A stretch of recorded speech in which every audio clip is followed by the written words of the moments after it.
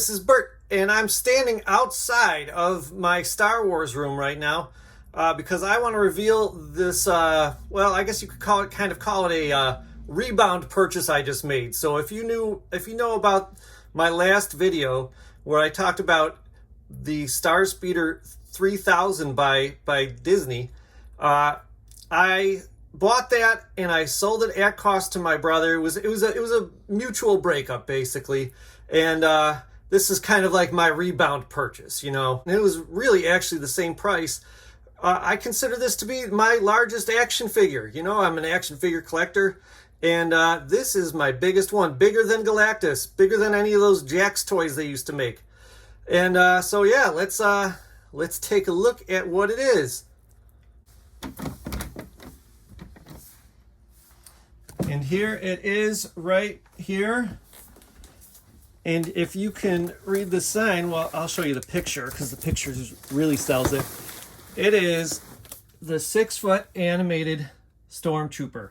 I purchased this from Home Depot, and of course our Home Depot account is in my wife's name, so I asked her what her password was, and she's like, why? And yeah, she wasn't happy with the idea of me getting a big 6-foot animated Stormtrooper.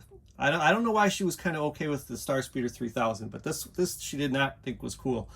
And she promptly went and actually read a whole bunch of reviews that were all actually extraordinarily negative. Well, not all of them, but most of them were very negative, talking about it being cheap, talking about it having different problems when they put it together, manufacturing mistakes, and no parts available for when something was broken. It just had to be returned entirely.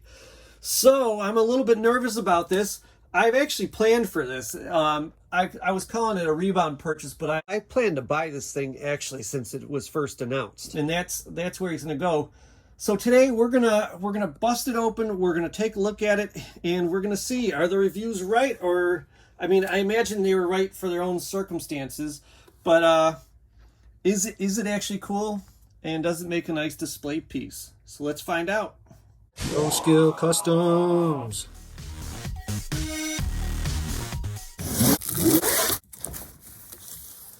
All right, now you can see they give you the directions right on the cardboard packaging.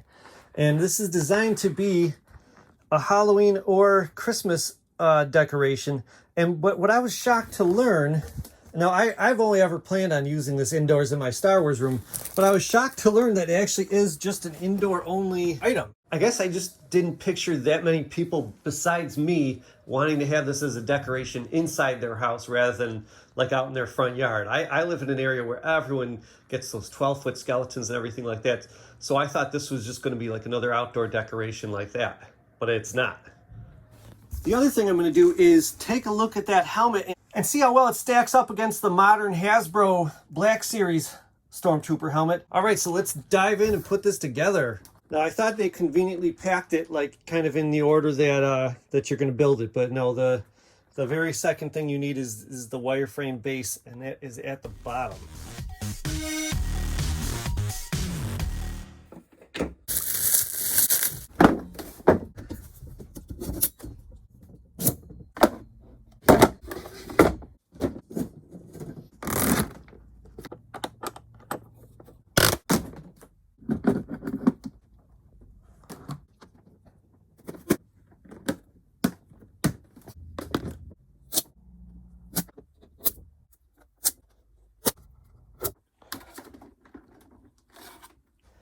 And here it is all put together.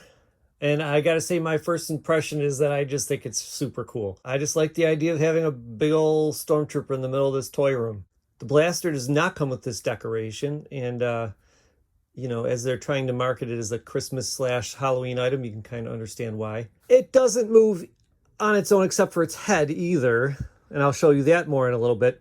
But I thought this would be a fun way to show you what it does come with.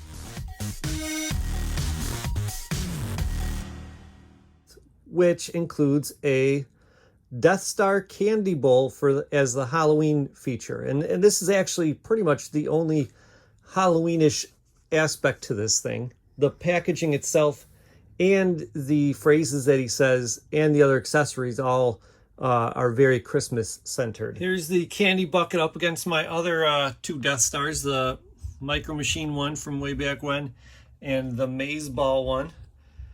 You can see it's got more detail, but the detail's a little bit like, I don't know, kind of bloopy or chunky, but it still looks pretty nice. For Christmas, all you got to do is adjust his arms a little bit, and he goes from holding the candy bucket to holding a candy cane and wearing a Santa hat.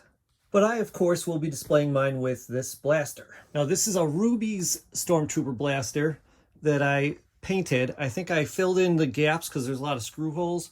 Filled in the gaps, spray painted it black, dry brushed a little bit of silver at the edges and stuff like that. Colored this little space silver, but not too carefully because I wanted it to look a little bit beat up. The original blaster was all white and fluorescent orange. It fits really nicely in his left hand. It almost like snaps in there just like the candy cane did. It's very loose over here in his right hand, unfortunately. And I wish they kind of gave him like a little bit of a trigger finger. If you look, he's got a gap at his pinky finger for some reason, but no gap between his pointer finger and his middle finger, which would have been really awesome if they had done that, but oh well. On the back, we see the control panel, and there you plug in the AC adapter and you can turn it on, and it will say phrases using the sensor in the front, which senses motion. It says not to block it, but mine's pretty well blocked and it still works fairly well. Now, on the back, this on-off switch really is set to either be a sensor timer or off. And in the sensor timer position, I've never left it on for this long, but apparently it'll keep on sensing stuff for 6 hours and then it'll take an 18-hour break. Kind of one of those things where you time it so that it's only working when you want people to be around it, okay?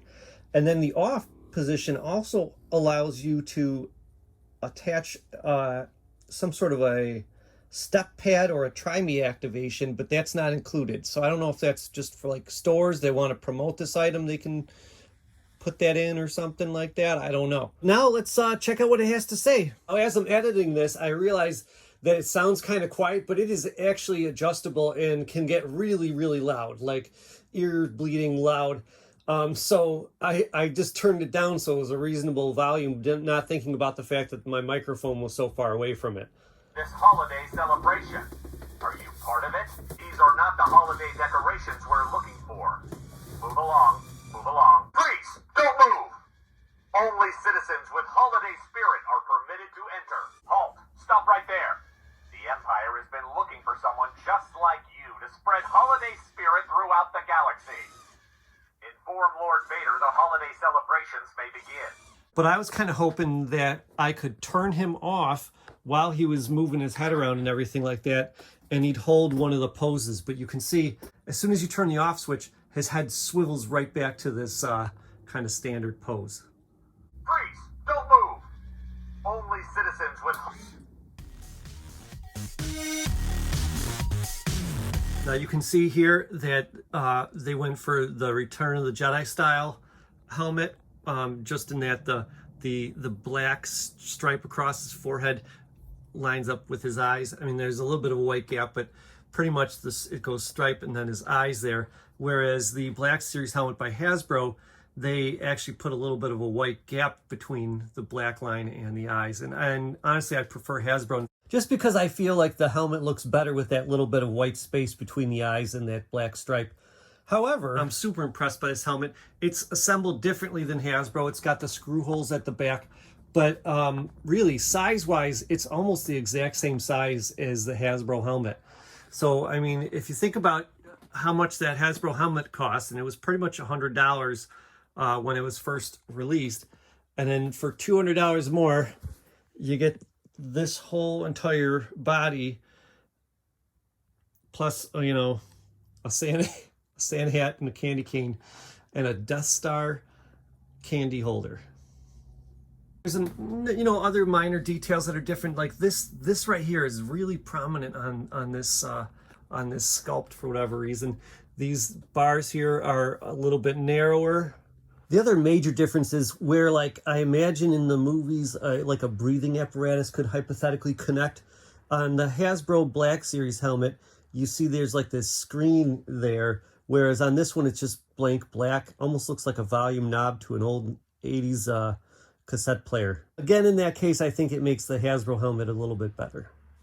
But still, I was very impressed. I thought this thing, based on the comments and the reviews that I read, I thought this thing was going to be like super like flexible, cheap plastic.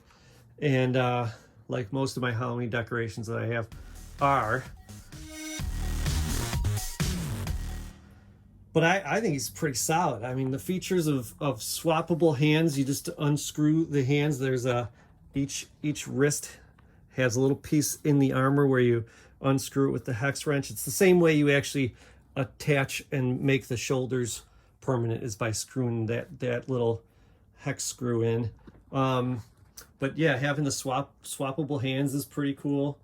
Even though I mean, I'm probably never going to use the neutral ones, but I like these gun grabbing, candy cane grabbing ones.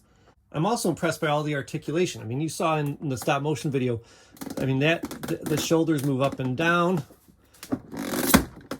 They hold in place really well at every pose. You can see that there must be some sort of spring-loaded mechanism around, because every time you move it a step, it kind of bounces and then pops back in. It bounces and pops back in.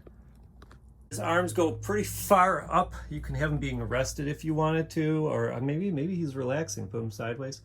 Fortunately, the shoulders do not move outwards from the body, so you have to rely on the swivel of the elbow space right here to move his arms out away from the body if you want to. But that's, you know, it does work and makes it so that you can put the arms pretty close to the back of his head there. The elbows are double jointed. The one joint is less useful than the other. It's jointed enough that he can hold it at even less than a 90-degree angle, almost like an 80 or 85-degree angle here. His wrists move. And in addition to the double joint at the elbow, the arms rotate here and below the elbow right here. So if you're counting all that up, that adds up to 1, 2, 3, 4, 5, 6 points of articulation for each arm, plus the head, which makes 13 total points of articulation. As you can see, the left hands are actually pretty much identical. The only difference being this little spring-loaded mechanism that you can kind of push back or pull back to put that Halloween. It's a little hard to grasp it. You pull it and then you can put that Halloween basket on. So when I have him holding the blaster, I'm going to be using this version of the left hand without that little thing. Not like, honestly, I thought this was, when I first glanced, I thought he got 2 gripping hands, you know, one for the left, one for the right. And then I thought he got 2 open hands. So I was pretty surprised to find out that these 2 are actually exactly the same. I am going to use this one to hold the blaster, but really I had him holding the blaster and this one, didn't even notice the difference. So one thing you want to keep in mind is just how big this base is. It's pretty much just shy of being a 30-inch square. It's like 29 3/4 by 29 3/4 or 7/8 or somewhere in there. And he sits, you know, fairly far forward on that base, which I didn't account for. And now he is blocking my you know, my Jedi Council and my Rebel Briefing Room and Boba Fett a little bit. You know, they're not too bad. You can get in there and look at them, but you know, like right here, all of a sudden he's in the way of everything. So I didn't account for that, but I've got some, I'm flexible. I got some things I can move around and stuff to make that work better. Plus that base, I didn't even think about him being this close to a doorway.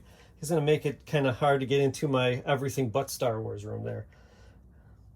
Now the base has this cool, you know, Imperial looking pattern on it, which is neat, but I can see it being a real problem, especially for me where I don't like to dust, and yet I carry in a lot of dust. Like, look at this already, just from my old ancient floors, and having to dust that out is going to be a pain. I almost wish it was just smooth, but.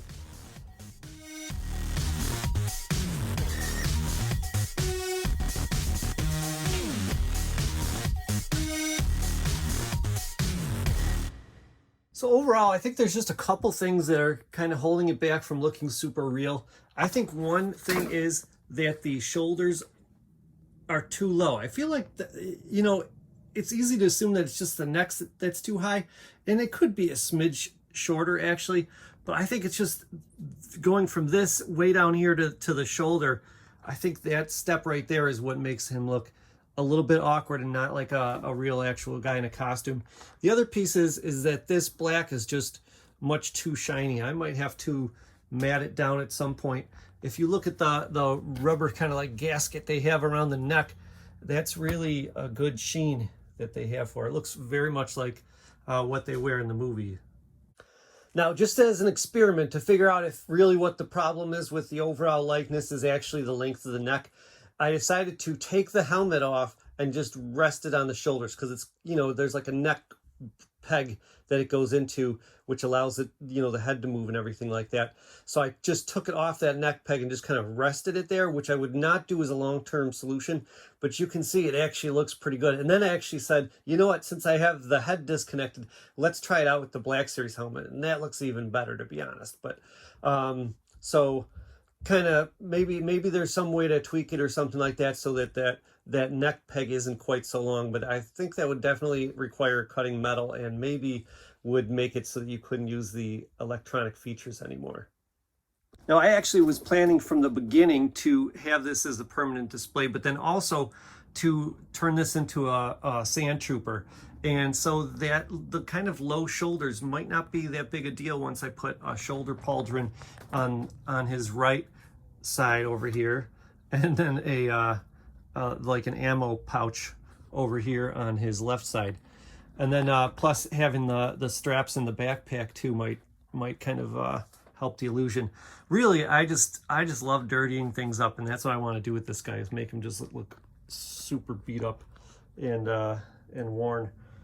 Now, if you look, this might be the sort of thing that people are complaining about in the comment section. There's gaps here and there where seams aren't very well done. I just have, really, for me, it's just this left leg kind of wasn't put together as well. But I don't know. I'm impressed by this thing. I think it's super fun, super cool. And the whole time I was assembling it, which was really fast, the whole time I'm assembling it, I'm thinking, how much work would it really be to cut away all the black with, you know, like a Dremel saw or something, or even just heat it up and turn this thing into a costume. Because, you know what I mean? When you talk about those costumes that people in the 501st wear, they're super professional, but those costumes easily cost like $3,000 to do all that plastic vacuum forming and all that stuff. And I gotta tell you, I really honestly think that just going through and just cutting off all the black and then kind of hollowing stuff out on the inside has got to be faster than all that process. But the one problem that you're going to run into if you were to ever try that is all these screw holes, because for every screw hole, that means there's like a cylindrical piece of plastic inside that body part that you'd have to somehow get rid of. And then once you got rid of that, how is that side being held on to the other side? So just, you got some issues you'd have to solve. But honestly, I think a skinny guy like me, I think I could fit in this thing pretty well. So someone's got to break it to my wife that I'm going to buy a second one. And that's about all I got to say about this thing. I hope you enjoyed my little review and my ideas here. And like and subscribe, and I'll see you next time. Bye.